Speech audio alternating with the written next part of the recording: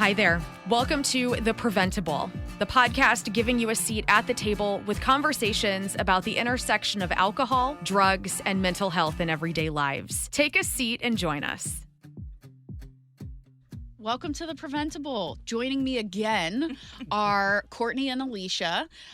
They are our community engagement, outreach, strategic advancement in terms of how are we building relationship department. And when you all were last here, which was literally 30 seconds ago, right. We were talking about what is community engagement, right? And why is it necessary? And one of the things that I think is really helpful in helping folks understand what community engagement is and isn't is that y'all have a plan and you're working the plan. Yes. And so just like every other department, you all sat down, you put ideas on paper, and you really came up with a plan for this year and also beyond in conjunction with our strategic plan. Can you talk just a little bit through your plan, and then I want to dive down into one of the specific things that you've really brought to life? Well, the one thing that we know about the community engagement process is that it's successful when you hit areas that you're familiar with. So one of the prongs where I know I'm a member of a sorority, a member of a church. Hey, shout out to AKA. Hey, yes. Alpha Kappa Alpha. Pink and green, ladies. Yeah, pink and green. And we wanted to utilize the organizations that we're already members of to work that membership and get the word out.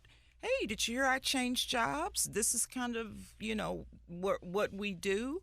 Do you know anybody who might, are you a member of a church that might, like for us to come out and speak sometime or give some type of trainings? But it was really to play off of the things that we do in our private lives that could reap benefit to Prevent Ed. And Courtney did the same, right? Exactly. Mm-hmm. So I reached out to my congregation, or rather my religious community, and or actually, again, through a conversation, what is it that you do? Okay, well, did you know that such and such? Okay, and let's talk about substance use and misuse, and let's talk about how we can support the community and do better things. And so one of the things that I learned was that that my religious community has a Narcotics Anonymous program. Oh, I did not know that. Mm-hmm. So after going to church for several years, didn't know that because I'm one of those people who gets in my car and leaves it. Shame. We know your name, Courtney. Pandemic changed me a whole lot. So, but at any rate, it's about having conversations and then learning how you can build upon your relationships in order to again make the world a better place. And you did that with y'all first, really. But then earlier this year, you did a survey to the staff to figure out, what affiliations they have, if they're a Boy Scout leader or, whatever, if they belong to a particular group. And what do you hope to do with that? Well, you'd be amazed, like Courtney mentioned cold calls earlier. Sometimes you have to make a cold call.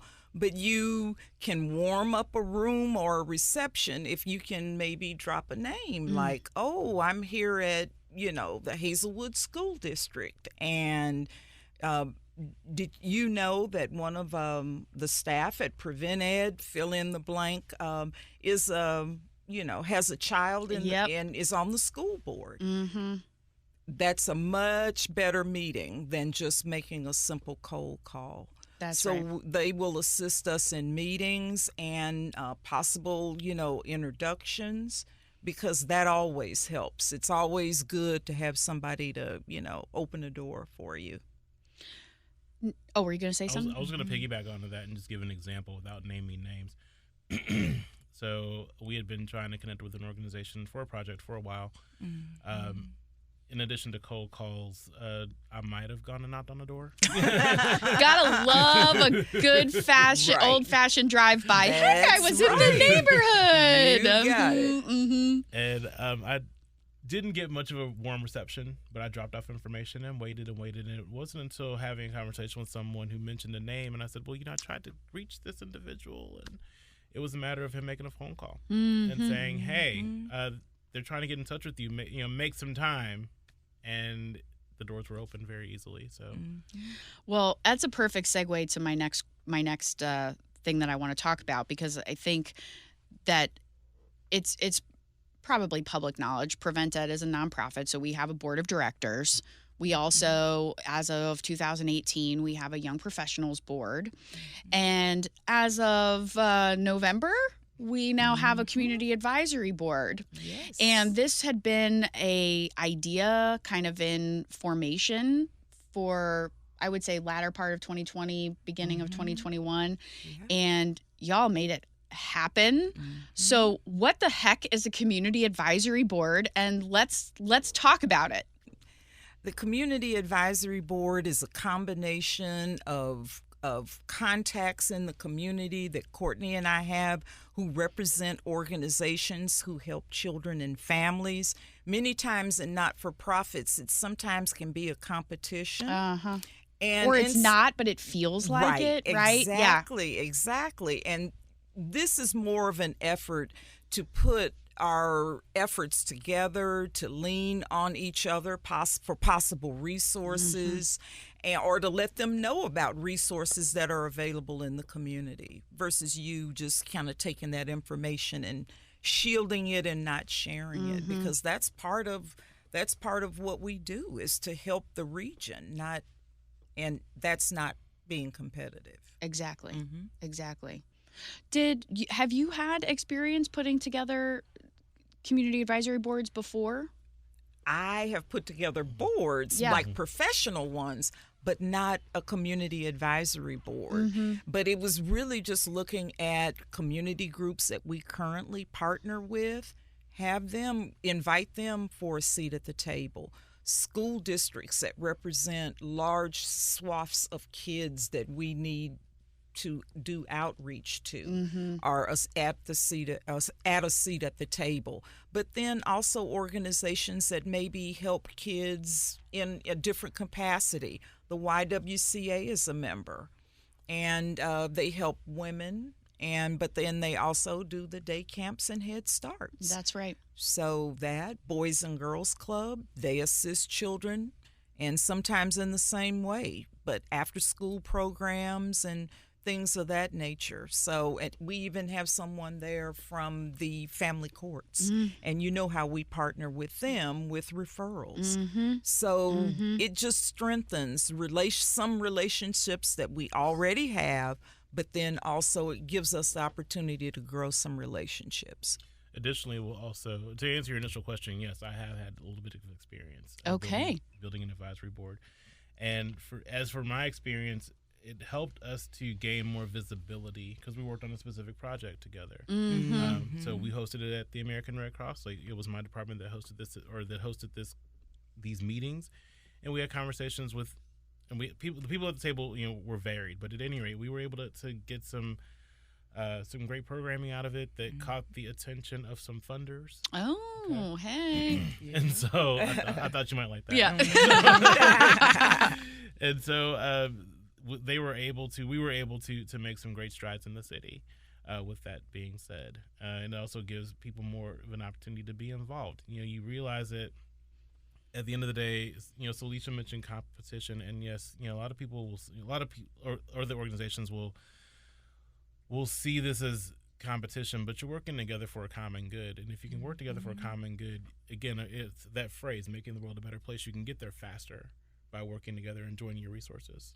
Yeah, and I mean, our mission might be around substance use. YWCA's might be around, moms and women.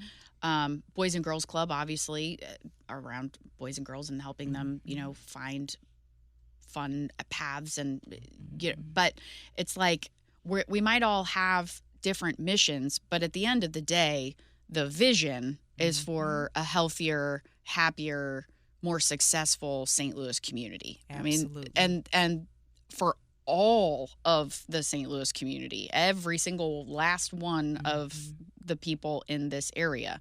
And so what's nice about what y'all are doing with the Community Advisory Board is you're like helping everybody get in sync. I think a really great example is, you were able to lean into some relationships and secure a location for us. We needed a location for one of our Red Ribbon events. Right. So it can be something like very tangible like that. But then there's also some other things that y'all are working on. So any other success stories you want to share or brag about? Well, I know that with as far as school presentations and with the education part that we do, we wanted Hazelwood to be a little bit more involved and take advantage of more of our programs, and they were a little resistant. Just time away from class. And nothing against Prevent Ed. It was just time away from and so many academics. Providers, and how do you even prioritize? And Audrey, one of the administrators who's been on Preventable. Correct. Yes. What Smart Parents Do, I think is the name. Am I getting that right? What Smart? I think that's right. Okay. Yeah. Well, she started to see some of the programs that they weren't taking advantage of that could really be helpful to their students, and she sent me an email. What was the name of that director of prevention? Awesome. We want more programs in our school. And those programs are at no cost through organizations like the Children's Service Fund, right? So it's a matter of saying, hey, these things are here, right, and we can provide them. And it was a matter of her saying, yes, sure, let's figure out how to make it work. So absolutely. That's awesome. Go ahead. I'm looking at my notes, and so I can we talk about it? You can talk about maybe Marcia, and you're on that committee now. Oh, okay. Well, I was going to talk about something else. But okay. Or you can. Yeah, you can. I know which one. Okay. Naloxboxes. Yes. There's so many to choose from, y'all. There's so many to choose from. And I'm so used to being interviewed on TV. Where I was like, can I say that? Can I say that? You can. You can say it all, I think. You can say it all. Okay. So what we, in sitting at the table and realizing that, yes, overdoses are real, and they're really real in the African-American community. And African American men are at a higher rate of succumbing to overdose than anyone else, in the region right now. What we're working and have been for a long time. Yes, thank you for piggybacking onto that. One of the things that we're working to do is to create a Naloxbox committee, and from that we intend to have boxes installed across the region, specifically in St. Louis City and North County, where there are higher concentrations of African American men. Yes. And so through our community advisory committee, we've been able to successfully secure a couple of members who are going to help with this project. We found a funder, and so I'm not going to pay for 100 Naloxboxes. Whoop, whoop. Yeah, whoop, whoop. We're excited about that. Do we want to give them a shout out? Yeah, I think so. We have a verbal agreement. Okay. We're in the process of the MOU being signed. Got it. Okay. All right. Okay. We have the verbal agreement, but they are a large health center, and their clientele mostly are in the city of St. Louis and North County, but they have agreed to pay. And Naloxboxes, just as a reminder for people who may not know, Pooja Reddy, who definitely has to run for president someday. Yes. She created the opioid project, and the goal is to install Naloxboxes, which basically are like defibrillators, making Narcan as easy to access as a defibrillator in really like high traffic, high access areas. Right. We have one at our office. They're very easy, but then there's also that like upkeep, and where do you put them, and what happens when the Narcan is used? How do you replace the Narcan, and who's going to train the places? And that's something that y'all are working on. I mean, the MOU defines it. It's so incredible. We have it all worked out. And so there will be, sooner rather than later, 100 of these boxes going around town. Yeah. I mean, that's pretty incredible, y'all. Like that you have been able to do that in less than a year time. It's pretty exciting. And I'm not going to steal anyone's thunder, but shout out to Pooja Reddy, who is starting college in the fall, so we're going to miss her around Prevent Ed. But it was her idea to come up with this grand project, and so what I will say is that outside of Prevent Ed, I do seeing people become more aware of the urgency behind behind the need. And so you see a couple people starting to have conversations about maybe we should put up one of our own, and that's fantastic. There's one in particular that I drive past often, and every time I drive past, there's no naloxone in the box. So it's getting used. We know that. So, and that's just one location, in one part of town. So just think what we can do if we had 100 installed. It would be pretty darn incredible. Yeah. Do you think that it's catching on? Like, we're so divided right now, and it's heartbreaking how divided we are. But do you feel like this idea of collaboration, communication, we're stronger together, which was very overused in 2020, like better together, if I heard that one more time. But, I mean, it really is true. It is. And when you pick up the newspaper, it doesn't seem like it's catching on. But then when I have conversations with you all, it's very encouraging. Yes, I think it's catching on. People are becoming more aware.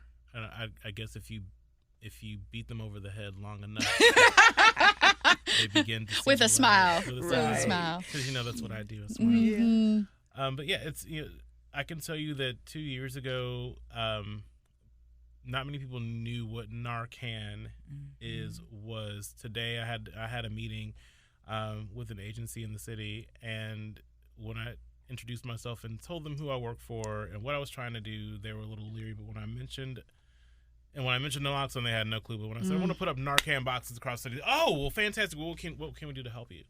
So with that said, people are becoming a little more aware. I think that more of us are starting to become exposed to or seeing someone who may be experiencing an overdose and starting to have problems with that. I know that a year ago, before I started this work, when I would drive to church or when I would drive somewhere else, like in an area where there was higher traffic of drug use, I did not know what I was seeing. And so now I'm a little more cognizant. And with that said, I'm armed to help someone if they need it. So, and it's right there under the surface. People will say, oh, if we're handing out Narcan, people will say, oh, no, I don't know anybody that does that, or, I don't want to take any. But it's right under the surface. I could say that as well, but I mean, I've been in situations where you've been just grocery shopping and look in the next car, and you can tell that person is experiencing an overdose. And so I've given out Narcan at a Schnucks parking lot. Yes, ma'am. Yes, ma'am. Because so you don't have to run in particular circles or know particular people. You just have to be an observant citizen sometimes. Watching you both table at events, I call it humanning, not manning a table, but humanning. Watching you all table at events is a masterclass in how you engage people. It really is. And I, whether it's about Narcan or coloring books for the little guys or the doTERRA bags, or poor Courtney, some teenagers, he was ready to get them out of our tent and moving on. They were good kids.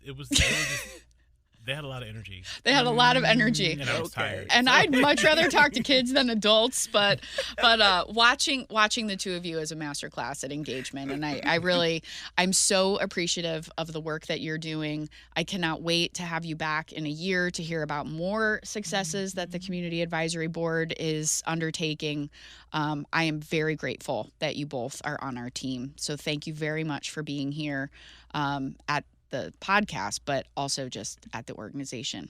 So thank you. Aw, I know. We are enjoying it. Yes. It's been a blast. I'm excited to see what happens next. Excellent. Yeah. If you liked this conversation and you also want to see what happens next, consider rating, reviewing, and subscribing to The Preventable. Thank you.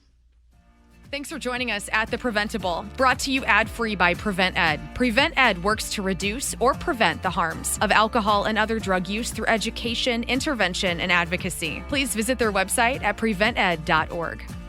Like what you heard? Rate, review, and subscribe to stay up to date with what we are serving on The Preventable.